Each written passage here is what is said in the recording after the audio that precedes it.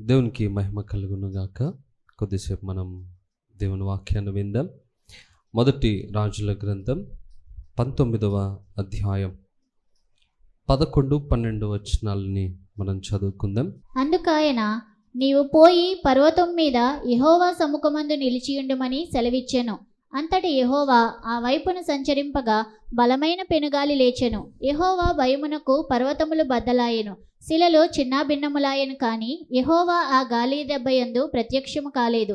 గాలి పోయిన తరువాత భూకంపము కలిగెను గాని ఆ భూకంపమునందు యెహోవా ప్రత్యక్షం కాలేదు. ఆ భూకంపమైన తరువాత మెరుపు పుట్టెను కానీ ఆ మెరుపునందు యెహోవా ప్రత్యక్షము కాలేదు. మెరుపు ఆగిపోగా మిక్కిలి నిమ్మలముగా మాట్లాడు ఒక స్వరము వినబడెను. హల్లెలూయా. గడిచిన వారంలో మరి అధ్యాయంలో నుండి 3వ భాగాన్ని మనం నేర్చుకున్నాం. ఈరోజు ఈ అధ్యాయంలో చివరి భాగాన్ని మనం నేర్చుకోబోతూ ఉన్నాం. దేవుడు హోరేబు పర్వతం దగ్గర, ఏలియా ఆ పర్వతం దగ్గర నివాసం ఉన్నప్పుడు దేవుడు ఏలియాని దర్శించి ఏలియాతో మాట్లాడుతూ ఉన్నాడు. ఏలియా, నీవు పర్వతం మీదకి వచ్చి యెహోవా సముఖమందు అక్కడ నువ్వు నిలిచి ఉండుము, నేను నీతో మాట్లాడాలి అనని దేవుడు ఏలియాకి తెలియజేశాడట. కానీ ఏలియా తానున్న స్థలంలోనే ఉన్నాడు, ఇంకా బయటకు రాలేదు. ఆ సమయంలో దేవుడు ఆ స్థలము దగ్గర సంచరించడం మొదలుపెట్టాడు. మొదటిసారి ఒక బలమైన పెనుగాలి అక్కడ వీచినట్లుగా ఏలియా చూడగలిగాడు. ఆ గాలి యొక్క ఒత్తిడికి పర్వతములు అన్నీ కూడా బద్దలైపోయాయి, శిలలన్నీ కూడా చిన్నాభిన్నములైపోయాయి. కానీ దేవుని స్వరము ఏలియాకు వినబడలేదు. అది అయిపోయిన తర్వాత ఒక పెద్ద భూకంపం ఏర్పడింది, అక్కడ కూడా దేవుని స్వరము ఏలియాకు వినపడలేదు. తర్వాత ఆకాశంలో నుండి ఒక పెద్ద మెరుపు కూడా పుట్టింది, అప్పుడు కూడా ఏలియాకి దేవుని స్వరం వినపడలేదు. ఇవన్నీ అయిపోయిన తర్వాత ఒక మెల్లని స్వరము ఒకటి ఏలియాకి వినపడిందట. దేవుడు ఆయన ఏలియాతోటి మాట్లాడటం మొదలుపెట్టాడు. ఎందుకు దేవుడు మొదట ఆ ఆర్భాటంతో జరిగిన కార్యక్రమాల్లో ఏలియాని దేవుడు దర్శించలేదు అని మనం ఆలోచన చేస్తే, ఏలియా యొక్క పరిస్థితి ఏంటో దేవునికి బాగా తెలుసు. ఇప్పటిదాకా ఏలియా చాలా బాధతో ఉన్నాడు. మనం గడిచిన వారం కూడా నేర్చుకున్నాం. ఏలియా, నువ్వు ఇక్కడ ఏం చేస్తున్నావు అని దేవుడు అడిగిన ప్రశ్నకి ఏలియా ఇజ్రాయేలీల గురించినటువంటి సమాచారాన్ని తెలియజేస్తూ ఉన్నాడు. ప్రభా, వారు త్రోవ తప్పిపోయి వాళ్ళందరూ కూడా బయలును ఆరాధిస్తూ ఉన్నారు. యెహోవా కొరకు నేను ఒక్కడనే రోషము కలిగి ఉంటే ఇప్పుడు నన్ను కూడా చంపాలని ఆలోచన చేస్తూ ఉన్నారు అని చెప్పి 2 సార్లు దేవుడు ఏలియాను అడిగిన ప్రశ్నకి ఏలియా ఇదే సమాధానం చెప్పాడే తప్ప తాను అక్కడికి వచ్చి ఏం చేస్తున్నాడనే వివరాలు మాత్రం దేవునికి తెలియచేయలేకపోయాడు. అంటే ఏలియా మనసంతా ఒక బాధతోటి నిండిపోయింది. ఏంటనంటే, కర్మెలు పర్వతం మీద ఒంటరిగా వీరోచితంగా దేవుని గొప్పతనాన్ని ప్రజలకు బయలుపరచడానికి నేను నా ప్రాణాలకు తెగించి పోరాడితే ఆ ప్రజలెవరూ కూడా దేవుని కొరకు నిలబడకుండానే త్రొట్టిల్లిపోయాను. ఆ టైం వరకు యెహోవాయే దేవుడు అని ప్రజలందరూ కూడా ఆర్భాటంగా మాట్లాడినప్పటికీ మరలా కొన్ని దినములలోనే వారందరూ కూడా తమ పాత జీవితానికి తిరిగి వెళ్ళిపోయారట. ఏలియా హృదయాన్ని ఆ సంఘటన చాలా కలిచివేసింది.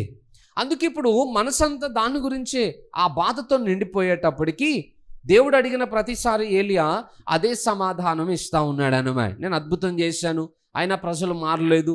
అంత ప్రయాసపడి వారి కొరకు పరిచర్య చేశాను, అయినా ప్రజలు గుర్తించలేకపోయారు, దాన్ని వినియోగించుకోలేకపోయారు. ఇదే బాధతో ఆయన ఉన్నప్పుడు దేవుడు ఏలియాని దర్శించాలనుకున్నాడట. ఏంటనంటే, దేవుడు ఆ స్థలంలోనికి వచ్చినప్పుడు అక్కడ బలమైన కార్యములు జరిగాయి. శిలలు చిన్నాభిన్నములు అయిపోయాయి, పర్వతాలు పగిలిపోయాయి. అంటే దేవుడు ఎంత శక్తిమంతుడో, ఆయన ఎంత బలవంతుడో ఆ సంఘటనలన్నీ కూడా తెలియజేస్తూ ఉన్నాయి. దేవుడు ఒక స్థలంలో ఉన్నప్పుడు ఆయన ఎంత బలముగా పని చేయగలుగుతాడో కూడా ఆ సంఘటనలన్నీ కూడా అక్కడ నిరూపిస్తూ ఉన్నాయి. కానీ దేవుని ఆలోచన ఏంటనంటే, అద్భుతాలు అనేవి కేవలము దేవుని యొక్క మహిమను మాత్రమే ప్రజలకి ప్రకటించగలుగుతాయి. కానీ ఆ అద్భుతాలు ఏవి కూడా మనిషి యొక్క జీవితంలో లేదా మానవుని జీవితంలో మార్పును కలుగు చేయలేవు. ఎందుకనంటే 3 సార్లు అక్కడ దేవుడు సంచరించినప్పుడు దేవుని యొక్క శక్తి ఏంటో, ఆయన గొప్పతనం ఏంటో ఏలియాకి స్పష్టంగానే కనబడింది. కానీ ఏలియా హృదయం మాత్రము మార్పు చెందలేదు. ఏలియాలో ఉన్న పిరికితనము బయటకు వెళ్ళిపోలేదు. ఏలియా తన బాధ నుండి విముక్తి పొందలేదు. అలాగే మన జీవితంలో కూడా అద్భుతాలు అవసరమే, స్వస్థతలు కూడా అవసరమే. కానీ అవన్నీ కూడా మనకి కొద్ది వరకు మాత్రమే ఉపయోగపడతాయి. ఒక మనిషిని దేవుని యొద్ద వరకు తీసుకుని రావడానికి మాత్రమే అవి పనిచేస్తాయి. కానీ ఒక వ్యక్తి జీవితంలో మారు మనస్సును కలుగజేసే ఆ సామర్థ్యం మాత్రము దేవుని వాక్యానికి మాత్రమే ఉందట. దేవుని వాక్యమే శక్తి కలిగినది. ఆ వాక్యం ఒక్కటే ప్రజలను మారు మనస్సులోనికి నడిపించగలుగుతుంది, కానీ అద్భుతాలు ఆ పని చేయలేవు. ఏది మన జీవితాల్ని మార్చగలుగుతుందో ఆ వాక్యాన్ని ఈరోజు సమాజం, క్రైస్తవ సమాజం పక్కన పెట్టేసి అద్భుతాలు, స్వస్థతలు అనుకుంటూ వాటి వెనకాల పరుగులు పెడుతూ చాలామంది భక్తిలో నుండి తొలగిపోయేటువంటి ఆ పరిస్థితులు వారి జీవితంలో కలిగించుకుంటా ఉన్నారట. అవసరమే, నేను అంటున్నాను, అద్భుతాలు అవసరమే, స్వస్థతలు కూడా అవసరమే. కానీ స్వస్థతలు ఎంతవరకు ఉపయోగపడతాయి? మనము ఈ మట్టి శరీరంలో ఉన్నంత వరకే ఏ వ్యాధి అయినా, ఏ సమస్య అయినా మనల్ని ఇబ్బంది పెట్టగలుగుతుంది. ఒకవేళ ఈ మట్టి శరీరాన్ని మనం విడిచిపెట్టి వెళ్ళిపోయామనుకోండి, ఇక ఆ తర్వాత ఏ వ్యాధి కూడా ఈ శరీరానికి ఎలాంటి ఇబ్బందిని కలుగు చేయలేదు. అందుకే బైబిల్లో స్వస్థతలకి, అద్భుతాలకి ఒక ముగింపు సమయం ఉంది. కానీ దేవుని వాక్యం మాత్రము నిత్యము మనతోటే ఉంటుంది. బైబిల్లో రాయబడి ఉంది, ఆకాశము భూమి గతించిపోతాయి కానీ నా మాటలలో ఒక పొల్లైనను తప్పిపోదు అని యేసు ప్రభు చెప్పాడు. అంటే దేవుని వాక్యము స్థిరమైనది, శాశ్వతమైనది గనుక ఆ వాక్యము మీద మనం దృష్టి పెట్టడానికి ఆసక్తిని కనపరచగలగాలండి. ఈరోజు క్రైస్తవులంగా మనము దేవుని వాక్యాన్ని పక్కన పెట్టేసి కేవలము ఆశ్చర్య కార్యముల మీదనే దృష్టి పెడతా ఉన్నాం. ఇలా అద్భుతములు అనుకుంటూ పరుగులెట్టేవారు ఎక్కువ కాలం తమ భక్తి జీవితాన్ని కాపాడుకోలేరట. ఎందుకనంటే అంత్యదినాలలో ఏర్పరచబడిన వారిని సహితము మోసము చేయడానికి అపవాదికి కూడా ఇట్టి అధికారం ఇవ్వబడుతుందనమే. అంత్యదినాల్లో అబద్ధ క్రీస్తు అనేవాడు వచ్చి యేసు ప్రభు నామములో చేస్తున్నట్లుగానే అద్భుతాలు చేస్తాడు, ఆశ్చర్యకార్యాలు చేస్తాడు, స్వస్థతలను చేస్తాడు. అలా చేసినప్పుడు ఇప్పటి నుండి ఆ స్వస్థతల కోసం పరుగులెట్టేవారు, అద్భుతాలు వెంబడి పరుగులెట్టే వాళ్ళందరూ కూడా ఆ రోజు అబద్ధ క్రీస్తు చేసేటువంటి ఆ మోసపూరితమైన కార్యములు వెంబడి పరుగులెడుతూ సత్యాన్ని విడిచిపెట్టేసి తొలగిపోతారట. వారి జీవితాలని తమ చేతులారా తామే నష్టపరుచుకునేటువంటి ప్రమాదాలు కూడా ఉన్నాయి. అందుకే ప్రతి విశ్వాసి కూడా ఇహమందును పరమందును కూడా మనకి మేలు కలుగు చేసి దేవుని వాక్యం మీద దృష్టి పెట్టాలే తప్ప కేవలం అద్భుతాలు, స్వస్థతలు అనుకుంటూ వాటి వెనకాల పరుగులు పెడితే నష్టపోతాం. మనకున్న అలవాటు ఏంటంటే అక్కడికి వెళ్తే ఏదో కార్యం జరుగుతుంది అనగానే అక్కడికి పరుగులు పెడతా ఉంటాం. లేకపోతే ఇక్కడ ఎవరో ఇంకేదో అద్భుతాలు చేస్తున్నారు అనగానే మళ్ళీ అక్కడికి పరుగులు పెడతా ఉంటాం. స్థిరత్వము లేని జీవితం అనమే. కొద్దిసేపు అక్కడికి వెళ్తాం, కొద్దిసేపు ఇక్కడికి వెళ్తాం, మరి కొద్దిసేపు ఇంకెక్కడికో పరుగులు పెడతా ఉంటాం. ఇలా అన్ని స్థలాలకి, అన్ని ప్రాంతాలకి మనం పరుగులు పెడతా ఉంటే లాస్ట్కి మనం ఎటు కాకుండా ఒంటరిగా మన జీవితాలు మిగిలిపోయే ప్రమాదం ఉంది. వాక్యంలో నుండే మనం తొలగిపోయే ప్రమాదం ఉంది. అలాంటి నష్టం మన జీవితంలో జరగకుండా ఉండాలనంటే దేవుని వాక్యమునకు మనం అంటుకట్టబడి ఉండాలట. అసలు నాకు అర్థం కాక అడుగుతాను, అద్భుతాలు వెంబడి మనకి ఎక్కడికో వెళ్తే మేలు కలుగుతుందనే విశ్వాసం మనకు ఉంటుంది కదా. నేను అంటాను, ఆ విశ్వాసము మనము దేవుని ఎడల కలిగి ఉండి మనం ప్రార్థన చేస్తే దేవుడు మన జీవితంలో కార్యం చేయడంటారా? ఖచ్చితంగా చేస్తాడు. దేవుడు బైబిల్లో రాయబడి ఉంది, విశ్వాస సహితమైన ప్రార్థన రోగిని స్వస్థపరచును. మనకు అనారోగ్యత ఉన్నప్పుడు విశ్వాసంతో మనం ప్రార్థన చేసినా కూడా దేవుడు కార్యాన్ని జరిగించగలుగుతాడు. అలాని వేరే చోటకు వెళ్ళొద్దు అనేది నా ఉద్దేశం కాదు. కేవలం వాటి మీదనే దృష్టి పెట్టి పరుగులు పెడితే మాత్రం ఎక్కువ కాలం మన భక్తిని కాపాడుకోలేం. ఇంత పెద్ద అద్భుతాన్ని చేశాడు ఏలియా.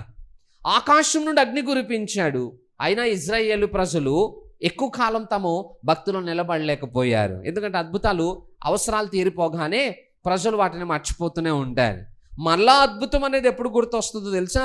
మళ్ళా వారికి ఏదైనా శ్రమ వచ్చినప్పుడే అద్భుతం గురించిన ఆలోచన, అవగాహన వారి జీవితాల్లో ఏర్పడుతుంది అన్నమాట. కానీ దేవుని వాక్యం అలా కాదు. మన ప్రతి పరిస్థితికి అది చాలినది. బాధలో ఉంటే ఆదరిస్తుంది, కృంగిపోయి ఉంటే బలపరుస్తుంది.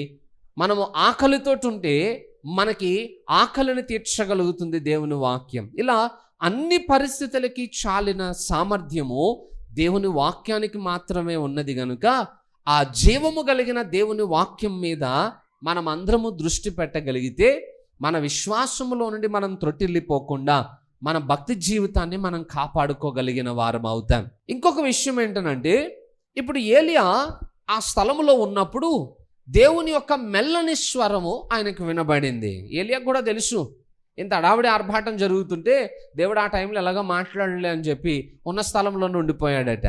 దేవుని మెల్లని స్వరం ఎప్పుడైతే ఏలియాకు వినబడిందో, తాను నిలుచున్న స్థలంలో నుండి అప్పుడు పర్వతం మీదకి వచ్చి దుప్పటితో తన మొహాన్ని కప్పుకుని అప్పుడు దేవునితో మాట్లాడడం మొదలుపెట్టాడు. రెండోసారి మళ్ళీ దేవుడు అడిగాడు, ఏలియా ఇక్కడ ఏం చేస్తున్నావు నువ్వు? మనం గడిచిన వారం విన్నాం, అదే రొటీన్ ఆన్సర్ అన్నమాట.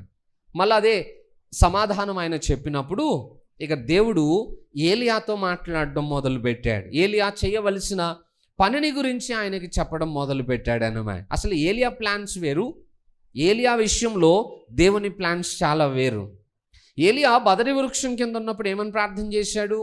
ప్రభా ఇక ఇంత మట్టుకు చాలు, నా ప్రాణము తీసేసుకోమని ప్రార్థన చేశాడు. కానీ దేవునికి ఏలియా పట్ల చాలా ఉన్నతమైన ఆలోచనలు ఉన్నాయి. ఇంకా ఏలియా చాలా పరిచర్య చేయవలసినటువంటి అవసరత ఏర్పడింది. ఏలియా దాన్ని ముగించాలనుకున్నాడట. సహజంగా పులి స్టాప్, కామా, ఇవి రెండు మనము ఏదన్నా సెంటెన్స్ రాసేటప్పుడు యూజ్ చేస్తూ ఉంటాం. పులి స్టాప్ అంటే అర్థం ఏంటి? ఆ సెంటెన్స్ అక్కడికి కంప్లీట్ అయిపోయిందని అర్థం. ఏలియా కూడా తన జీవితానికి పులి స్టాప్ పెట్టాలనుకుంటే దేవుడు దాన్ని కామా చేశాడట.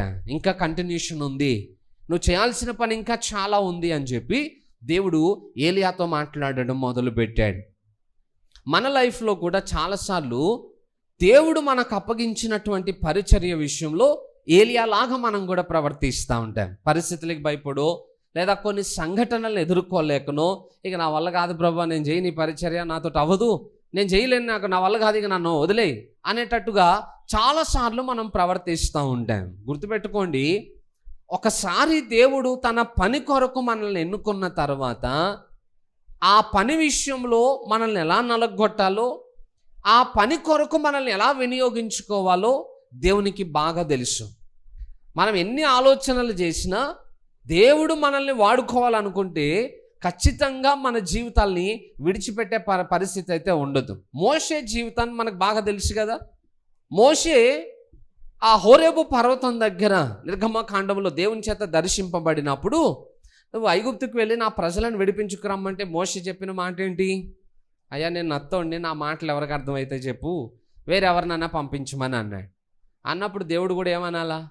సరే నీ ఇష్టం, రాకపోతే మానే, నేను ఇంకొకళ్ళన్నా చూసుకుంటాను, నాకు ప్రజలు కరువా అని చెప్పి దేవుడు కూడా వెళ్ళిపోవాలి కదా. బట్ దేవుడు అంటాడు, సరే నీ మాట ఇజ్రాయెల్కి అర్థం కాకపోవచ్చేమో కానీ మీ అన్నున్నాడుగా అహరోను, ఆయనకు అర్థమవుతుందిగా, నీ మాటలు నువ్వు ఆయనకు చెప్పు, ఆయనేమో ప్రజలకు చెప్తాడు. మోషే అనుకుంటాడు ఈ ప్లాన్ కూడా సక్సెస్ అవ్వలేదని. నెక్స్ట్ ప్రభు అక్కడికి వెళ్తే వాళ్ళు అడుగుతారు, నాయన నువ్వు ఎవరు నిన్ను పంపించారు, అవన్నీ ఎన్నో మాటలు అడుగుతారు, ఏం చెప్పాలని అంటే దానికి మళ్ళీ ఇంకొక ప్రత్యామ్నాయం చెప్పాడు. ఎటు తిరిగి మోషేని ఆయన అనుకున్న రీతిలో ఇజ్రాయెల్ని విడిపించడానికి పంపించాడే తప్ప మోషే చెప్పిన ఏ సాకును కూడా దేవుడు పరిగణలోకి తీసుకుని ఆయనను విడిచిపెట్టలేదు. యోనా చరిత్ర మనకు తెలుసు. యోనాని నినెవెకు వెళ్ళి ఆ ప్రజలకి హెచ్చరిక ఇవ్వమని చెప్తే యోనా ఏం చేశాడట? తర్షీషుకు పారిపోదాం అనుకున్నాడట. సరే పారిపోయేటాడు పిరుకోడు, మనకేం ఉపయోగపడతాడులే, ధైర్యవంతుడు ఎవరైనా ఉంటే ఇంకొకరిని చూసుకుని పరిచర్య కోసం పంపించుకుందాం అనుకుని వదిలేయచ్చు కదా దేవుడు. లేదు, ఆ ఓడలో వెళ్ళిపోతుంటే ఆ ఓడలో నుండి సముద్రంలో పడవేసేటట్టుగా చేశాడు. మళ్ళీ అక్కడ చేప మింగేటట్టుగా ఏర్పాటు చేసి ఆ చేప కలుపులో 3 రోజుల నుంచి ఎడుదిరిగి మళ్ళీ ఆయన అనుకున్నట్టుగా ఆ యోనాను తీసుకొచ్చి ఆ నినేవే ఒడ్డున వదిలిపెట్టేటట్టుగా చేపకి ఆజ్ఞ జారీ చేశాడు. మళ్ళీ వెళ్ళి యోనా నినేవేలో వాక్యం ప్రకటించాడు. ప్రజలందరూ మారు మనస్సు నొందారు, దేవుని శిక్షా విధిలో నుండి తప్పించబడ్డారు. అంటే దేవుడు యోనాను వాడుకోవాలనుకున్నప్పుడు ఆయన పారిపోవాలనుకుంటే విడిచిపెట్టాడా? తప్పించుకోవాలనుకుంటే దేవుడు అవకాశాన్ని ఇచ్చాడా? సాధ్యం కాలేదు. అంటే దేవుడు మనల్ని వాడుకోవాలని అనుకుంటే మనల్ని ఎలా మోల్డ్ చేయాలో, ఎక్కడెక్కడ నలగొట్టాలో ఆయనకు బాగా తెలుసు. మనమేమీ ప్రయాసపడాల్సిన అవసరం లేదు. దేవునికి మనం సరెండర్ అయిపోతే చాలు, ఓపికతోటి ఉండాలంతే. నలగొట్టాల్సిన సమయంలో నలగొట్టవలసిన రీతిలో దేవుడు మనల్ని మోల్డ్ చేసి ఆయన వాడుకోవడం మొదలు పెడతా ఉంటాడు. ఏలియా అక్కడ నుండి పారిపోయి వచ్చి ఇప్పటికి ఎన్ని రోజులు అయిపోయింది? దాదాపు బదరీ వృక్షం నుండి హోరేబుకి 40 రోజులు పట్టింది. అవునా? 40 కంటే పైనే అయ్యింది కదా ఆయన ప్రయాణం ఆరంభించి. మరి ఇన్ని రోజులు దేవుడు మౌనంగా ఉన్నాడు కదా. స్టార్టింగ్ డేనే ఆయన పారిపోతాం ఆరంభించినప్పుడే దేవునికి తెలుసు కదా ఆ విషయం. అప్పుడే వెంటనే మాట్లాడితే అయిపోతుంది కదా అని అంటే దేవుడు కూడా ఏలియాకు అవకాశం ఇచ్చాడు. అవకాశం ఇచ్చి ఇక లాస్ట్కి ఎక్కడ ఆయనను నలగొట్టాలో అక్కడ నలగొట్టడం మొదలుపెట్టాడు. మనకన్నీ స్పాట్లు అయిపోవాలనుకుంటాం పనులు అవవు. ఒకసారి మనం దేవునికి సరెండర్ అయిపోయిన తర్వాత ఇక మళ్ళీ మన సొంత ఆలోచనలు అవసరం లేదు. దేవునికి తెలుసు మనల్ని ఎలా మలిచి ఆయన పని కొరకు మనల్ని వినియోగించుకోవాలి. అందుకే దేవుడు ఏలియా ప్రార్థనను ఆలకించలేదు. ఏలియా నిర్ణయాలని దేవుడు అంగీకరించలేదు. ఏలియాతోటి దేవుడు ఏకీభవించలేదు. ఈరోజు మన లైఫ్లో కూడా దేవుడు మనల్ని పని కొరకు వాడుకోవాలనుకున్నప్పుడు మన అనవసరమైన ఆలోచనలన్నింటినీ మనం పక్కన పెట్టాలి. అసలు ఏలియాకి ఈ ఆలోచన ఎందుకు వచ్చింది? ఎప్పుడైతే రాణి చంపేస్తానన్న మాట అన్నదో ఏలియా దేవుని సన్నిధికే దూరంగా వెళ్ళిపోవడం మొదలుపెట్టాడు. ఎప్పుడైతే దేవుని సన్నిధికి దూరంగా వెళ్ళిపోతున్నాడో దేవునికి విరుద్ధమైన ఆలోచనలన్నీ ఆయన హృదయంలో రావడం మొదలుపెట్టాయి. అందుకే ఆ అజ్ఞానపు ప్రార్థన ఏలియా చేయడం ఆరంభించాడనమాట. మన లైఫ్లో కూడా కొన్నిసార్లు అనవసరమైన ఆలోచనలు మనకి ఎప్పుడు వస్తాయనంటే మనం దేవుని యొక్క సహవాసంలో నుండి దూరం అయిపోయి దేవుని స్వరాన్ని వినలేనటువంటి స్థితికి మనం దిగజారిపోతాం. చూసారా? ఆ టైంలోనే మనము అనవసరమైన ఆలోచనలన్నీ చేస్తాం. దేవుడితో మనం ఉన్నాం అనుకోండి, ఖచ్చితంగా దేవుని ఆలోచన మనం వింటాం. దేవుని స్వరం వినబడినప్పుడే మన సొంత ఆలోచనలకు మనం తావునిస్తూ ఉంటాం. అయ్యే మన జీవితాల్ని నష్టానికి నడిపిస్తూ ఉంటాయి. ఏలియా జీవితంలో అనవసరమైన ఆలోచనలన్నీ చేస్తున్నప్పుడు దేవుడు వాటన్నిటిని కొట్టిపడేసి ఏలియాను తన పని కొరకు మళ్ళా పురుకొల్పాలనుకున్నాడట. ఏలియా చేయాల్సిన పని ఏంటి అని అంటే 15వ వచనం చూడండి. అప్పుడు యెహోవా అతనికి సెలవిచ్చినదేమనగా, నీవు మరలి అరణ్య మార్గమున దమస్కునకు పోయి దానిలో ప్రవేశించి సిరియా దేశం మీద హజాయేలునకు పట్టాభిషేకము చేయుము. ఇశ్రాయేలు వారి మీద నింషి కుమారుడైన యెహూకు పట్టాభిషేకము చేయుము. నీకు మారుగా ప్రవక్త అయ్యుండుటకు అబెల్మహోలావాడైన షాపాతు కుమారుడైన ఎలీషాకు అభిషేకం చేయుము. చాలు. దేవుడు 3 వ్యక్తులను అభిషేకం చేయడానికి ఏలియాకి వివరాలను తెలియజేశాడట. ఇప్పుడు ఎక్కడున్నాడు ఏలియా? హోరేబు పర్వతం దగ్గర ఉన్నాడు. ఇప్పుడు మళ్ళీ ఎక్కడికి వెళ్ళమంటున్నాడు? నీవు దమస్కు మార్గము గుండా అరణ్యము గుండా ప్రయాణం చేసి మళ్ళా సిరియా ప్రాంతానికి వెళ్ళాలి. ఏలియా ఆరంభంలో ఎక్కడైతే ఇజ్రాయేలు ప్రాంతంలో ఉన్నాడో ఆ ప్రాంతం నుండి సిరియా చాలా దగ్గర డిస్టెన్స్ అన్నమాట. ఇప్పుడు అక్కడ నుండి 200 మైళ్ళ దూరం కంటే ఎక్కువే ప్రయాణం చేసి వచ్చాడు ఏలియా. ఇప్పుడు మళ్ళా రిటర్న్ జర్నీ అంత దూరం వెళ్ళాలి. నాకు అనిపించింది ఈ ప్రార్థన ఏదో ఆయన ఇజ్రాయేలు దేశంలో ఉన్నప్పుడే చేసి ఉండుంటే ఈ సమాధానం దేవుడు అప్పుడే ఇచ్చేవాడు కదా. ఈ 200 మైళ్ళ దూరం అంతకంటే ఎక్కువ ప్రయాణం చేయాల్సిన పరిస్థితి వచ్చేది కాదు. కానీ రిటర్న్ జర్నీ ఎంత టైం పట్టిందో బైబిల్లో మనకు రాయలేదు. వెళ్ళేటప్పుడు బదరీ వృక్షం నుండి హోరేబుకే 40 దినాలు పట్టింది. కానీ రిటర్న్ జర్నీ ఎంత టైం పట్టిందో బైబిల్ ఆ వివరాలు మనకి ఇవ్వలేదన్నమాట.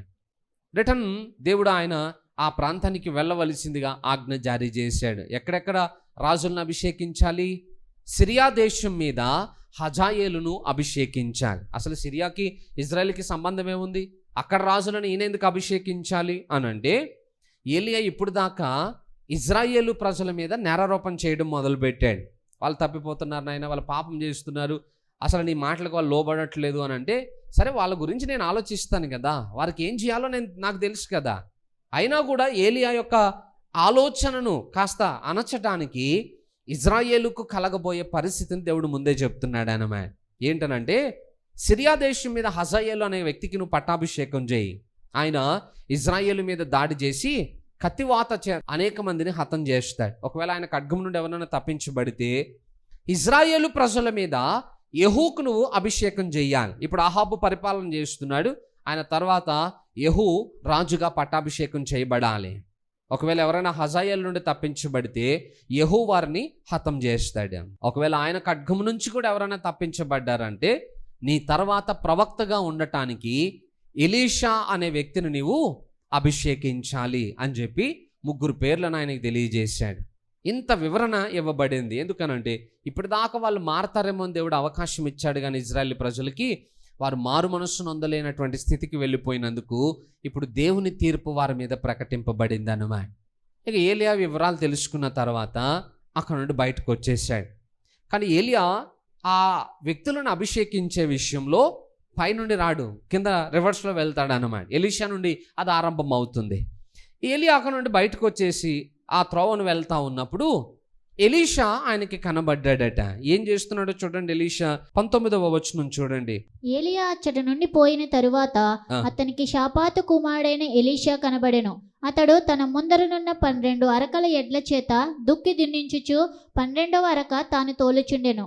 ఏలియా అతని చేరబోయి తన దుప్పటి అతని మీద వేయగా అతడు ఎడ్లను విడిచి ఏలియా వెంట పరుగెత్తి, నేను పోయి నా తల్లిదండ్రులను ముద్దు పెట్టుకొని తిరిగి వచ్చి నిన్ను వెంబడించేదనని చెప్పి అతనిని సెలవడగగా అతడు పోయి రమ్ము, నా వలన నీకు నిర్బంధము లేదని చెప్పాను. చాలు.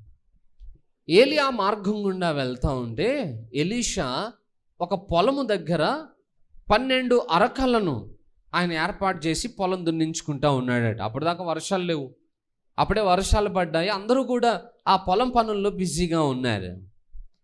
ఎలీషా కూడా తన పొలంలో పనులు చేయించుకుంటా ఉన్నాడు. 12 అరకలు ఆయన దున్నిస్తూ 12వ అరకను తానే దున్నుతా ఉన్నాడట.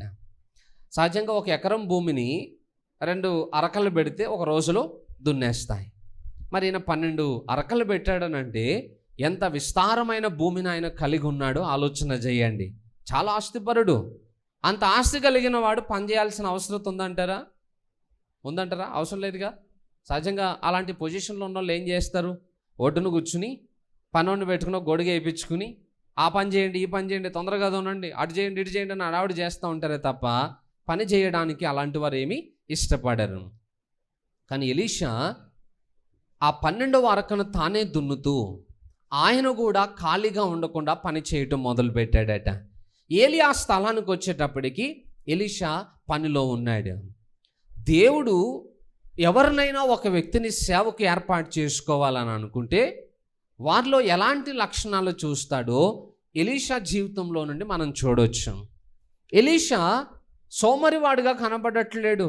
నేను అధికారిని కదా, యజమానిని కదా, నేనెందుకు పని చేయాలే అనేటువంటి ఆలోచన ఆయనకి లేదు. సహజంగా మనం కొన్ని ప్రాంతాలకు వెళ్ళాం అనుకోండి, మీరు ఎక్కడైనా హైదరాబాద్ సెంట్రల్ కానీ లేకపోతే కొన్ని పెద్ద పెద్ద షాపింగ్ మాల్స్కి మీరు వెళ్ళేటప్పుడు అక్కడున్న ఆ షాపింగ్ మాల్స్ని చూడగానే అక్కడ నుంచి వచ్చే రెంట్ చూసేటప్పుడు మనకు అనిపిస్తుంది, మనకు కూడా ఇలాంటి ఒక బిల్డింగ్ ఉంటే చక్కగా రెంట్లకి ఇచ్చి ఇంట్లో కాలు మీద కాలేసుకుని కూర్చుని నెల నెల రెంట్లు వసూలు చేసుకుని దర్జాగా బతికేటోళ్ళం అనిపించింది ఎప్పుడైనా? ఎందుకంటే కొన్నిసార్లు మనమే అదే ఇంట్లో అద్దెకు మనం కడతా ఉంటాం కదా, అబ్బాయి ఈ బిల్డింగ్ నా సొంతం అయి ఉంటే ఎంత బాగుండేదో, ఇన్ని రెంట్లు మనకే వచ్చేటివి కదా, నెలంతా దర్జాగా బతికేసేటోళ్ళం కదా అనిపిస్తుంది. అంటే మనిషి తత్వం ఏంటనంటే కష్టపడడానికి, శ్రమపడడానికి ఇష్టపడరు. అన్నీ మన కాళ్ళ దగ్గరకు వచ్చేయాలి, జీవితం ఎప్పుడు సౌఖ్యంగా ఉండాలి అనేటువంటి మనస్తత్వం మనమే. కానీ ఎలీషా అంత ఆస్తిపరుడైనప్పటికీ కూడా తాను కూడా పనిచేస్తూ ఉన్నాడట. సోమరితనము ఆయన జీవితంలో లేదు. దేవుడు ఎవరినైనా ఒక వ్యక్తిని సేవకు ఎన్నుకోవాలనుకుంటే కష్టపడే మనస్తత్వం కలిగిన వారిని దేవుడు పరిచయ కొరకు ఎన్నుకుంటాడట. సోమరులు ఆయనకు అవసరం లేదు. కానీ ఈరోజు సమాజం ఎలా మారిపోయిందనంటే చాలామంది మాట్లాడుతూ ఉంటారు, వాళ్ళ పిల్లలు సరిగా చదవట్లేదు అనుకోండి, చాలామంది మాట్లాడే మాట ఏంటో తెలుసా? పాస్టర్ గారు మా పిల్లోడు 10th ఫెయిల్ అయిపోయాడండి, చదువు మీద వాడికి అంతగా ఇంట్రెస్ట్ లేదు, సేవ కన్నా పనికి వస్తాడేమో తీసుకోండి అన్నాడు. అంటే బయట ఎక్కడ పనికిరానోడు దేనికి పనికి వస్తాడట? సేవకు అనమాట. సేవ అంటే అంత సులకన అయిపోయింది ఇప్పుడు జనాలకి. సేవ అంటే అంత విలువ లేనిదిగా మారిపోయింది. అని అంటాను, బయట ఉద్యోగానికి పనికిరాని వాడు దేవుని సేవకి ఎలా పనికి రాగలుగుతాడు? అసలు దేవుని సేవ అని అంటే మనకు అది ఉచితంగా రావచ్చేమో కానీ అది చాలా విలువైనది. నేను ఒకసారి ఒక టెస్ట్ మనీ విన్నాను. అమెరికాలో ఒక ఆయన ఉండేవాడు, ఒక పాస్టర్ గారు, ఒక సేవకుడు ఉండేవాడు. ఆయన చాలా గొప్ప దైవజనుడు. ఎంతోమంది ప్రెసిడెంట్స్ అక్కడ వస్తూ ఉండే ఆయన దగ్గర ప్రేయర్ చేయించుకుంటూ ఉండేవాళ్ళు. వాళ్ళందరికీ కూడా ఈయన అడ్వైజులు ఇస్తూ ఉండేవాడట. మంచి పరిపాలన ఎలా చేయాలో వాళ్ళకి నేర్పిస్తూ ఉండేవాడట. ఒకరోజు కొంతమంది ప్రజలు వచ్చి అన్నారట, అయ్యా అసలు వాళ్ళని వీళ్ళని మనము ప్రెసిడెంట్లుగా చేసుకోవడం ఎందుకు? మీరే ప్రెసిడెంట్గా నిలబడితే ఏ పోటీ లేకుండా మిమ్మల్ని ఏకగ్రీవంగా మేము ప్రెసిడెంట్ని చేస్తాం, దయచేసి మీరు అంగీకరించండి అని అన్నాడు. వెంటనే ఆ పాస్టర్ గారు అన్నాడట, నేను చేసే పని చాలా విలువైనది, ఆ స్థానంలో నుండి నన్ను దిగజార్చేటువంటి ప్రయత్నాలు మీరు చేయకండి అని అన్నాడట. అంటే అర్థం ఏంటి? దేవుని సేవా పరిచర్య కంటే ఈ ప్రెసిడెంట్ పదవి అనేది గొప్పదేమీ కానే కాదు. అమెరికా ప్రెసిడెంట్ అంటే మామూలు విషయమా? పైగా ప్రజలందరూ ఏకగ్రీవంగా ఎన్నుకుంటానన్నారు. ఏ పోటీ అవసరం లేదు, మేమే మిమ్మల్ని యాక్సెప్ట్ చేస్తున్నామని చెప్పి వాళ్ళు అంత ఓపెన్ ఆఫర్ ఇచ్చినా కూడా ఆయన అన్నాడు ఏంటంటే, సేవ కంటే ఈ పదవి ఉన్నతమైనది కాదు. నేను ఆ పదవిలోనికి వచ్చి నా విలువను నేను దిగజార్చుకోలేనని చెప్పి నిర్మోహమాటంగా చెప్పగలిగాడట. సేవ అంత విలువైనదన్నమాట. ఎలీషా ఆ విలువైన పని కొరకు పిలువబడటానికి ఆయనలో ఉన్నటువంటి మొదటి క్వాలిటీ ఏంటో తెలుసా? కష్టపడేటువంటి మనస్తత్వం కలిగిన వాడు. సేవ అంటేనే అంత. జనరల్గా మనం జాబ్స్ చూసామనుకోండి, వాటికి ఒక టైమింగ్స్ ఉంటాయి, వాటికి ఒక రిటైర్మెంట్ టైం కూడా ఉంటుంది. కానీ దేవుని సేవకి రిటైర్మెంట్ టైం ఉండదు. మరణమే ఆ పరిచర్యకి రిటైర్మెంట్ అన్నమాట. ఇక మరణం తప్ప ఏది కూడా పరిచర్యలో నుండి విడిపించలేదు. పరిచర్య అంటేనే కష్టంతో కూడుకున్నది. రాత్రింపగళ్ళు దానికి వ్యత్యాసాలు ఉండవు. ఎప్పుడు ఫోన్ వచ్చినా పరుగులు పెట్టాలి, ఎంత అలిసిపోయినా పరిచర్య కొరకు వెళ్తూనే ఉండాలి.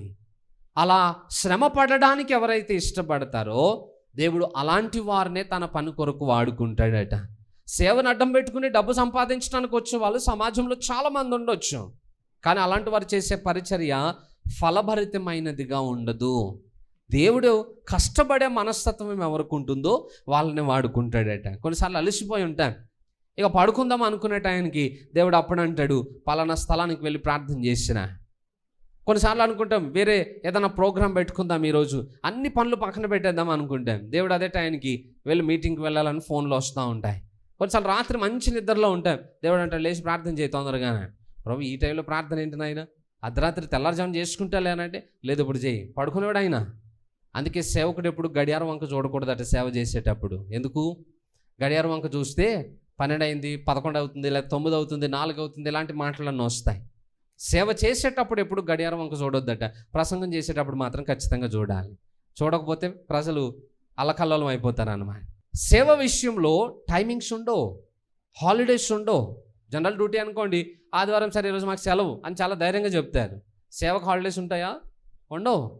మీకు అందరికీ హాలిడే అయితే మాకు ఓవర్ డ్యూటీ అన్నమాట. అది డ్యూటీ ఓటీ అన్నీ అయిపోతాయి అందులో. సేవ అంటేనే అంత. మన ఆలోచనలు, మన ప్లాన్స్ అందులో ఏవి పని చేయవు, అంత కష్టంతో కూడుకున్నది. అయినా ఎండనక, వాననక, చలనక, అలసటనక ఇలాంటి వాటి అన్నిటికీ మనం తట్టుకుని నిలబడగలిగితేనే దేవుని కొరకు మనం సేవ చేయడానికి అవకాశాలు ఉంటాయి. సేవ అనగానే ఏసీ కారు, లగ్జరీ రూమ్సు, వెనకాల ఒక పెద్ద సెక్యూరిటీ, ఇది కాదు సేవ అని. అంటే ఏ ప్రాంతానికి వెళ్ళినా అక్కడున్న పరిస్థితులకు మనం అడ్జస్ట్ అవ్వగలిగితేనే మనం సేవ చేయగలుగుతాం. వెళ్ళిన ప్రతి చోట అనుకూలతలు ఉండవు. మీకు ఆల్రెడీ నేను చెప్పాను కదా, నెల్లూరు ప్రాంతానికి వెళ్ళిన ప్రతిసారి నేను అనారోగ్యం పాలవుతాను, వెళ్ళిన ప్రతిసారి ఇబ్బందులు పడ్డాను. ఇంకా అక్కడ ఉన్న వాళ్ళు అంటూ ఉన్నారు ఏంటంటే, అన్న మీరు సేవ ఇక్కడికి రాకండి అన్న, వచ్చిన ప్రతిసారి మీరు ఇబ్బంది పడుతూ ఉన్నారు, ఆరోగ్యం పాడవుతుంది కదా, ఆగిపోండి అన్న. అంటే అంత ఇబ్బందిని నేను అక్కడ ఎదుర్కోవాల్సి వచ్చింది. కొన్ని ప్రాంతాలు మనకు వాతావరణం సెట్ కావు, కొన్ని ప్రాంతాల్లో అక్కడ ఉన్నటువంటి పరిస్థితులు మనకు అనుకూలంగా ఉండవు, అయినా కష్టపడాలి. అలా కష్టపడినప్పుడే సేవను మనం కొనసాగించగలుగుతాం. ఎలీషా అంత ఆస్తిపరుడైనా కూడా పని చేయడానికి ఇష్టంగా ఉన్నాడు కాబట్టి దేవుడు ఎలీషాని ఏర్పాటు చేసుకున్నాడట. బైబిల్లో మీరు ఎవరినైనా తీసుకోండి, దావీదు గొర్రెలు కాసుకుంటున్నప్పుడే రాజుగా అభిషేకింపబడ్డాడు. ఆమోసు పశువుల కాపరిగా ఉన్నప్పుడే ఆయన ప్రవక్తగా ఏర్పాటు చేయబడ్డాడు. మోషే గొర్రెలను కాసుకుంటున్నప్పుడే ఇజ్రాయెల్ను విమోచించడానికి ఒక నాయకుడిగా ఏర్పాటు చేయబడ్డాడు. పేతురు, యోహాన్లు వలలు బాగు చేసుకుంటున్నప్పుడే వారు పరిచర్యకి పిలువబడ్డారు. ఇలా అందరూ పని చేసుకుంటున్నప్పుడే పిలువబడ్డారు, కానీ పని పాట లేదు ఖాళీగా ఉన్నాం అనుకున్నప్పుడు ఎవరిని దేవుడు పిలవలేదని. చాలామంది అంటారు ఏంటంటే, సార్ 60 సంవత్సరాలు జాబ్ రిటైర్మెంట్ అయిపోద్ది, ఆ మిగిలిన టైం ఏమైనా ఉంటే దేవుని పని కొరకు వాడతామని. అంటే లోకంలో ఉన్న వాటికి నువ్వు పనికి రానప్పుడు సేవకు కూడా నువ్వు పనికి రావు. 60 సంవత్సరాలు వచ్చాక ఏం చేస్తావు? మీకు వెళ్ళి దేవునికి యవ్వన బలం కావాలి, యవ్వన కాలంలో నువ్వు కాడిమోయటం కావాలి. మిగిలిపోయిన శేష జీవితం కాదు దేవునికి కావాల్సింది. అందుకే ప్రతి వ్యక్తి కూడా మొదట కష్టపడడానికి ఇష్టపడితేనే దేవుని సేవ కొరకు మనం ఏదైనా చేయగలుగుతాం. రెండవ విషయం ఏంటంటే, ఎలీషాలో ఉన్న మరొక లక్షణము విధేయత. ఎలీషా అరకం దున్నుతా ఉన్నాడట. ఏలియా ఏం మాట్లాడలేదు. ఆయన మీద ఉన్న ఒక దుప్పటి తీసుకెళ్ళి ఎలీషా మీద వేసేసి ఏలియా వెళ్ళిపోతూనే ఉన్నాడు. ఎలీషా ఆ టైంలో ఒక్క మాట కూడా మాట్లాడలేదు. ఎంత ఒబీడియంట్ పర్సన్ అనంటే, నిజానికి ఆ టైంలో ఎలీషా అడగాలి, అసలు ఎవరు మీరు, నా మీద దుప్పటి ఎందుకు వేస్తున్నారు, మీకు నాకు ఏంటి సంబంధం అని అడగాలి కదా. ఏం లేదు, అరకను వదిలిపెట్టేశాడు. ఏలియా వెనకాల వెళ్ళిపోతున్నాడు. ఎలీషా ఎప్పుడైతే ఏలియా దుప్పటి ఆయన మీద పడిందో అప్పటి నుండే ఏలియాను తన గురువుగా భావించడం మొదలుపెట్టాడట. అప్పటిదాకా వాళ్ళకి ఏం పరిచయం లేదు. అంతవరకు ఎలీషా ఆయన దగ్గర ఏమీ పరిచర్య కూడా చేయలేదు. అయినా ఆ దుప్పటి పడిన వెంటనే ఎలీషా ఫిక్స్ అయిపోయాడు, ఇది మొదలుకొని, ఈ క్షణం మొదలుకొని నేను ఏలియాకు ఒక సేవకుడునని. అందుకే ఏలియా వెంబడి పరిగెట్టుకుని వెళ్ళి పర్మిషన్ అడుగుతున్నాడు. అయ్యా, నేను వెళ్ళి నా తల్లిదండ్రులను ముద్దు పెట్టుకుని వస్తానికి మీరు అనుమతి ఇవ్వండి అన్నాడు. అసలు ఆ ఏలియాని అడగాల్సిన అవసరం ఏముంది? ఏలియా కింద ఈయనేమి శిష్యుడేం కాదు కదా, సేవకుడేం కాదు కదా, అడగవలసిన అవసరం ఏముంది? అంటే ఎలీషా ఆల్రెడీ మెంటల్గా ఫిక్స్ అయిపోయాడు, ఈ రోజు నుండి ఏలియాకు నేను శిష్యుణ్ణి అని. అందుకే వెళ్ళి పర్మిషన్ అడుగుతున్నాడు అన్నమాట. ఎంత విధేయత చూడండి ఆయన జీవితంలో. మనం కూడా సేవ చేయాలనుకున్నప్పుడు మన జీవితంలో కూడా విధేయత అనేది చాలా ప్రాముఖ్యం. ఎప్పుడు ఏ పని చెప్పినా, ఎవరు ఏ పని చెప్పినా దాన్ని చేయగలిగినటువంటి మనస్తత్వం మనకు ఉంటేనే మనం సేవలో నడవగలుగుతాం. వాళ్ళు చెప్తే నేను ఎందుకు చేయాలి, వీళ్ళకి నేనేమి సర్వెంట్ని కాదు కదా, ఆ పని నేను ఎందుకు చేయాలి, ఇలాంటి మాటలు మనం మాట్లాడుతూ మొదలు పెట్టామనుకోండి, సేవ చేయటానికి మనం అర్హులం కాదు. సేవకుడు అంటేనే పనిని చూడకూడదట, పని యొక్క సమయాన్ని కూడా చూడకూడదట, పని చేయాలనేటువంటి అవకాశం కొరకు మాత్రమే ఎదురు చూడగలగాలి. మనమేమో అవకాశాలు తప్ప మిగతా అన్నీ చూస్తామని. అందుకే మన జీవితంలో పరిచర్లో మనం ఎప్పుడు సక్సెస్ కావట్లేదు అన్నమాట. సో విధేయత అనేది ప్రతి వ్యక్తికి చాలా ప్రాముఖ్యమైనది. ఎలీషా చెప్పగానే వెనకాల పడి వెళ్ళిపోతూ ఉన్నాడట. అసలు ఎలా సాధ్యమైంది? ఇంత ఆస్తిపరుడు. ఇప్పుడు మీటింగ్ అయిపోయింది అనుకోండి, మీటింగ్ అయిపోయిన తర్వాత నేను కూడా కిందకు వస్తా, దుప్పట్లేదు కానీ ఖర్చీపు ఉంది కదా, ఎవరో ఒకరి మీద ఖర్చీపు వేస్తాను నేను. ఇప్పుడు నా వెనకాల పడి వస్తారా మీరు సేవకు రమ్మంటే? ఎన్ని ఆలోచిస్తారో, ఇంత జీతం వదులుకొని సేవకంటే వెళ్ళాలా, సేవకు వెళ్తే మా ఫ్యామిలీ సంగతి ఏంటి, మా పిల్లల భవిష్యత్తు ఏంటి, ఎన్ని పరిస్థితులు ఉంటాయి, ఎలా బతకాలి, ఎన్ని ఆలోచనలు వస్తాయి మనకి. నేను అంటాను, మరి సేవకుడికి కూడా ఒక ఫ్యామిలీ ఉంటుందిగా, సేవకునికి కూడా పిల్లలు ఉంటారుగా, వాళ్ళ భవిష్యత్తుల గురించి వాళ్ళకు కూడా కలవరము, టెన్షన్స్ ఉంటాయిగా. అయినా కూడా ఒక సేవకుడు అన్నింటిని ఎదుర్కొనే పరిచర్య చేయగలుగుతారు. ఒక్క సేవ అనగానే మనకి ఎన్ని ఆలోచనలు వస్తాయో అవన్నింటిని ఎదుర్కొని చేసేదే సేవ. మరి ఎలీషా చాలా తొందరగా లోబడ్డాడు. మనం అంత తొందరగా లోబడలేం. ఎన్ని ఆలోచనలు వస్తాయో, ఎన్ని ప్రణాళికలు వస్తాయో. స్టార్టింగ్లో నేను చాలామంది సాక్ష్యాలు విన్నాను. పరిచర్యను గురించి సాక్ష్యాలు వింటుంటే వాళ్ళందరూ దేవునితోటి సేవా పిలుపు వచ్చినప్పుడు వాదులాడారట. నాకు ఏదైనా ఒక సూచన తెలియజేయి, లేకపోతే ఏదన్నా ఒక వాక్యాన్ని నాకు చూపించు, లేకపోతే ఇలా ఏదో విధంగా ఎవరితోటన్నా నాతో మాట్లాడిపోయి నా గురించి తెలియని వ్యక్తులు వచ్చి నా గురించి ప్రవచనం చెప్పాలి. ఇలా చాలామంది చాలా రకాలుగా దేవుణ్ణి పరిశోధన చేసి శోధించి వారి సేవా పిలుపును వాళ్ళు నిర్ధారణ చేసుకున్నారట. ఆ సాక్ష్యాలు విన్నప్పుడు నాకు అనిపించింది, నేనే అనవసరంగా ఏం చేయకుండా వచ్చేసినట్టున్నాను సేవకి, చెప్పగానే పరిగెట్టుకొచ్చినట్టున్నా. నాకు అప్పుడు ఆ తెలివితేటలు లేవే, నేను కూడా ఇలా అడుగుంటుంటే నా సాక్ష్యం కూడా గొప్పగా ఉండేది కదా అని అనిపించింది. కానీ ఎలీషాని చూసిన తర్వాత ఆలోచన మార్చుకున్నాను. పర్లేదు, బైబిల్ని ఫాలో అయినట్టే నేను కూడా ఏం ప్రశ్న లేకుండా చెప్పింది చెప్పినట్టుగా సేవకు పిలుపు రాగానే పరుగులెట్టుకుంటూ వచ్చినామన్నట్టు. పర్లేదు, మనకు కూడా కొన్ని మంచి క్వాలిటీసే ఉన్నాయి అని ఎలీషాని చూసి ఆదరింపబడ్డాను అన్నమాట. చాలా సంవత్సరాలు బాధపడ్డాను, అరే మనకు ఒక మంచి సాక్ష్యం ఉంటుండే బాగుండేది అని అనుకున్నాను. కానీ తర్వాత ఎలీషా జీవితాన్ని చూసిన తర్వాత అర్థమైంది, నాలాంటి వాళ్ళు చాలామంది నాకంటే ముందున్నారులే, పర్వాలేదు అయితే మంచి రూట్లోనే వెళ్తున్నామనే ఒక నిశ్చయత కలిగింది అన్నమాట. అంటే ఒబీడియంట్ అనేది మన జీవితానికి చాలా ప్రాముఖ్యమైనది. ఆ విధేయతలోనే గొప్ప ఆశీర్వాదం ఉంటుంది అన్నమాట. ఎలీషా అడగగానే ఏలియా అన్నాడు, నా వల్ల నీకు ఎలాంటి అభ్యంతరము లేదు, నాకు దేవుడు చెప్పింది నేను చేశాను, నువ్వు రావాలనుకుంటే రావచ్చు, లేదు అరక దున్నుకుంటానంటే కూడా వెళ్ళి అరక దున్నుకోవచ్చు, నీకు ఎలాంటి నిర్బంధం లేదు అని చెప్పి దేవుడు ఎలీషాకి చెప్పాడట. ఎలీషా వెళ్ళాడు. వెళ్ళిన తర్వాత ఆయన ఏ ఎడ్లనైతే అరక దున్నుతున్నాడో వాటిని వధించి వాటిని భోజనం సిద్ధపరిచాడు. ఆయన దున్నుతున్న ఆ అరక కట్టెలనే విరగొట్టి వాటితో భోజనం సిద్ధపరిచి జనులందరికీ భోజనం వడ్డించేసి తల్లిదండ్రులకు సమాచారాన్ని అందించేసి ఏలియా వెనకాల వచ్చేసాడు. ఎంత చురుకైన వాడో చూడండి. ఎలీషాలో ఉన్న మరొక లక్షణం చురుకుతనం. మొదటిదేమో కష్టపడే మనసు, రెండవది విధేయత స్వభావం, మూడవది చురుకైన వాడు. ఎందుకు చురుకైన వాడు అంటున్నాము? ఏలియా దుప్పటి వేయగానే స్పాట్ డెసిషన్స్ ఆయన జీవితంలో మనకు కనబడతాయి. సహజంగా మనము ప్రభా ఆలోచించి చెప్తాలే, లేకపోతే కొన్ని రోజులు అయిన తర్వాత వస్తాలే, ఇలాంటి వాయిదాలు మన జీవితంలో కనబడతాయి. కానీ ఎలీషా వాయిదాలు వేయలేదు, ఆలోచనలు చేస్తానని ఏం చెప్పలేదు. వెంటనే దేవుని స్వరానికి లోబడ్డాడు. ఏలియా వెంబడి పరిచర్యకు వెళ్ళిపోయాడు. అసలు ఎలా సాధ్యమైంది ఇది?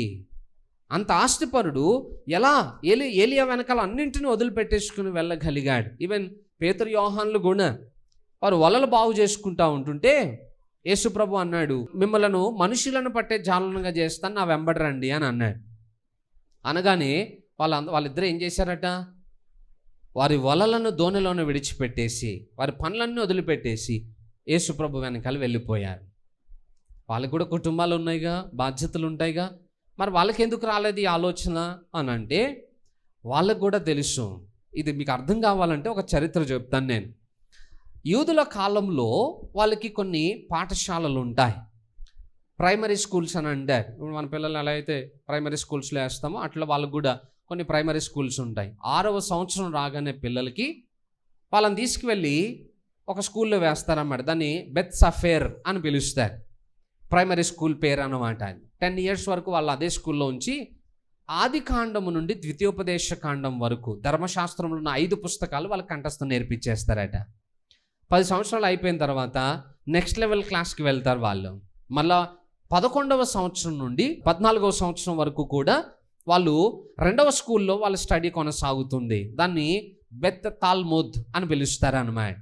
ఆ స్కూల్లో యెహోషువ గ్రంథము నుండి మలాకీ గ్రంథం వరకు 34 పుస్తకాలు అవన్నీ కంఠస్థం చేపిస్తారట వాళ్ళ చేత. ఈ 2 ప్రైమరీ అంటే ఈ స్కూల్స్ అయిపోయిన తర్వాత 3rd లెవెల్ స్టడీ ఉంటుంది. దాన్ని బెత్ మిద్రాస్ అని పిలుస్తారు. ఇది చాలా హయ్యర్ లెవెల్ స్టడీస్ అన్నమాట. చాలామంది ఈ 2nd లెవెల్ తోటి వాళ్ళ స్టడీని ఆపేస్తారంటే, మనం ఆ 3rd లెవెల్కి వెళ్ళలేంలే, మనం అందుకోలేము అనుకుంటారట. ఎందుకనంటే 3rd లెవెల్లో ఆ కాలంలో రబ్బానీ అని పిలువబడే కొంతమంది బోధకులు ఉంటారు. ఈ 2nd లెవెల్లో పాస్ అయిపోయిన వాళ్ళందరినీ లైన్గా నిలబెట్టి పాత నిబంధనలో ఉన్న 39 పుస్తకాలలో నుండి ప్రశ్నలు అడగడం మొదలు పెడతారండి. వీళ్ళు ఎంత స్పీడ్గా అడుగుతున్నారో వాళ్ళు అంత స్పీడ్గా చెప్పాలి. అలా చెప్పే క్రమంలో 1-2 మాత్రమే ఆ ప్రశ్నలకు సమాధానం చెప్పి 3rd లెవెల్కి రాగలుగుతారట. ఆ 2 అయినా రాత్రింబగళ్ళు కష్టపడి చదివితే తప్ప అది సాధ్యం కాదు. మనల్ని పాత నిబంధనలో 39 గ్రంథాల పేర్లు అడిగితేనే చెప్పలేము మనం. చెప్తారా? ఎంతమంది చెప్తారు? 39 పుస్తకాల పేర్లు. ఒక్క పొల్లు కూడా తప్పు రావద్దు. మరి ముందుది వెనకది ముందుకు వేసినా మీరు ఫెయిల్ అయినట్లే. మీటింగ్ అయిపోయిన తర్వాత అడుగుతాను నేను. అందులో అక్షరం తప్పు వచ్చినా ఇక అంతే, రిజెక్ట్ చేసేస్తారు వాళ్ళు. అంత స్పీడ్గా అడుగుతారు. పైగా అందులో మనం పేర్లు చెప్పడమే కష్టం. అయితే వాళ్ళకి వంశాలు అడుగుతారు, ప్రశ్నలు అడుగుతారు, పేర్లు అడుగుతారు, ఎన్ని రకాలు ఉంటాయో. చాలా జ్ఞానవంతులు, పాండిత్యం కలిగిన వాళ్ళు మాత్రమే ఆ సమాధానాలు ఇవ్వగలుగుతారట. వాళ్ళని వీళ్ళు సెలెక్ట్ చేసుకుని తమ శిష్యులుగా ఏర్పాటు చేసుకుని వాళ్ళ వెనకాల తీసుకుని వెళ్తారట. ఇక యవనస్తులు రబ్బానీ వెనకాల తిరుగుతున్నారు అని అంటే దాన్ని ఒక గొప్ప భాగ్యంగా భావించే వాళ్ళట. అహో, రబ్బానీ వెనకాల మేము వెళ్తున్నాం, రబ్బానీ శిష్యులుగా మేము పిలువబడుతున్నామని అది మహాభాగ్యంగా భావించేవారట. ఆ పొజిషన్ కోసం చాలా కష్టపడి చదివేవారట వాళ్ళు. యేసుప్రభు పేతురు యోహాన్లు పిలిచేటప్పుడు వాళ్ళకేమీ స్టడీస్ జరగలేదు, పరీక్షలు అసలే జరగలేదు. చాలా ఈజీగా వాళ్ళు ఆ పొజిషన్కి రాగలిగారు. ఆ పిలుపును వాళ్ళు పొందుకోగలిగారట. ఆ పిలుపును వారు పొందుకోగానే విలువైనదిగా భావించి వాళ్ళ పనులన్నీ పక్కన పడేసి యేసుప్రభు వెంపడి వెళ్ళిపోయారు. అందుకే కదా అందరూ ఆశ్చర్యపోయారు. విద్య లేని పామరులకి ఇంత పాండిత్యం ఎలా వచ్చింది?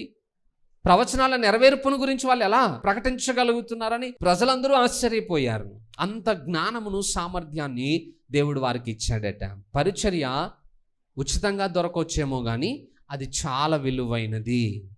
దాన్ని మధ్యలో వదిలిపెట్టేస్తాను, లేకపోతే నా వల్ల కాదు, ఇలాంటి మాటలు అవి మనకి తగినవి కావు.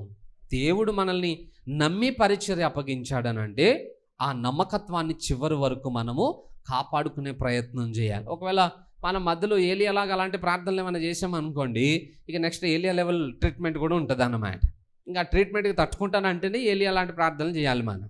అవుతుందా? మనకి పరిచర్యనే తట్టుకోలేకపోతున్నాం, ఇక దేవుని ట్రీట్మెంట్ తట్టుకోగలుగుతామా? అందుకే ఎప్పుడు అనవసరమైన ఆలోచనలు చేయొద్దు పరిచర్య విషయంలో. అది జోక్స్ లాగా తీసుకోవద్దు. పరిచర్య చాలా విలువైనది, అది చాలా శ్రేష్టమైనది. ఎంతోమందికి లేని భాగ్యాన్ని దేవుడు మనకి ఇచ్చాడని అంటేనే దాన్ని జాగ్రత్తగా కాపాడుకునే ప్రయత్నం మనం చేయగలగాలి. ఎలీషా ఇప్పుడు పరిచర్యకు వెళ్ళిపోయాడు. వెళ్ళిన తర్వాత ఆయనకి ఇచ్చిన ఆ రోల్ ఏంటో చూడండి, 21వ వచనం. అందుకతడు అతనిని విడిచి వెళ్ళి కాడి ఎడ్లను తీసి వధించి వాటి మాంసమును గొర్తినగల చేత వంట చేసి జనులకు వడ్డించెను.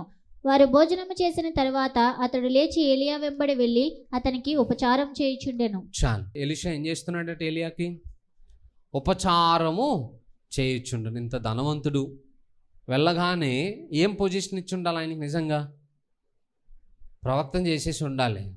అంత ధనవంతుడు, ఎంత పెద్ద ఉద్యోగం ఇచ్చారో, ఏం పొజిషన్ ఇచ్చారో అని అనుకుంటే ఏలియా దగ్గర ఉపచారము చేయువాడాయను.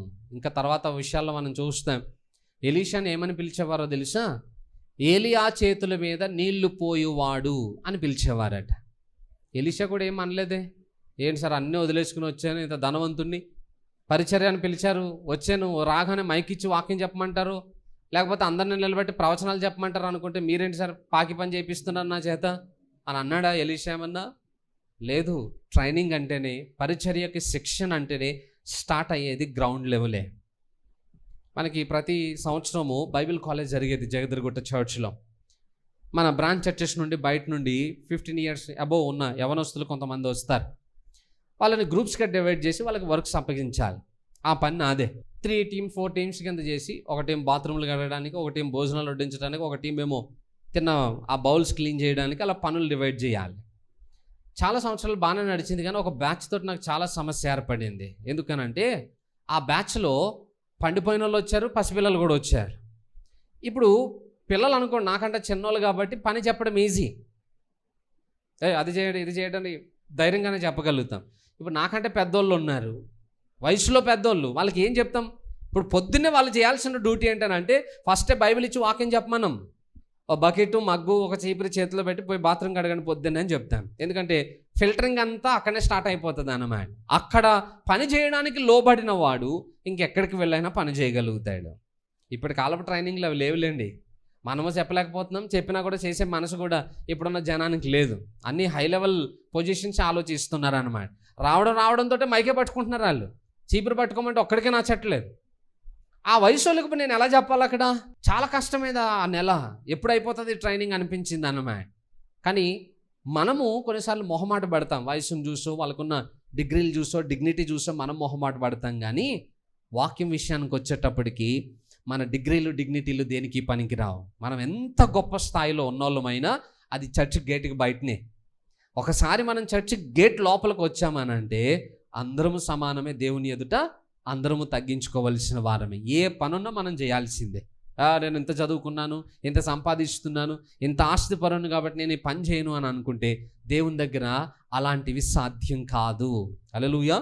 ఆ రోజు ఎలీషా అంత ఆస్తిపరుడైనా వెళ్ళి ఏలియా చేతుల మీద నీళ్లు పోయి వాడిగా ఉన్నాడట.